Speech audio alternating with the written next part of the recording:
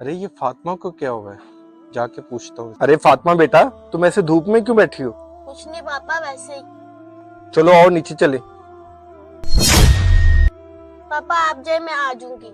अरे ये नीचे क्यों नहीं जा रही? लगता है जरूर कुछ हुआ है। अरे फातिमा बेटा, आपको आपकी नई माँ ने तो नहीं कुछ कहा? नहीं पापा। एक बात मुझे बताओ, आपकी नई मम्मा अच्छी है कि पुरानी मम्मा अच्छी थी? पापा नई मम्मा अच्छी है, पुरानी मम्मा तो झूठी थी। बेटा एक बात मुझे बताओ, जिस माँ ने तुम्हें पैदा किया है वो तुम्हें झूठी लग रही है, और जो तुम्हारी कल माँ आई है वो तुम्हें सच्ची लग रही है। पापा पुरानी मम्मा मुझे कही थी मैं तुम्हें खाना नहीं दूंगी, लेकिन वो मुझे फिर भी दे देती थी। और नई मम्मी?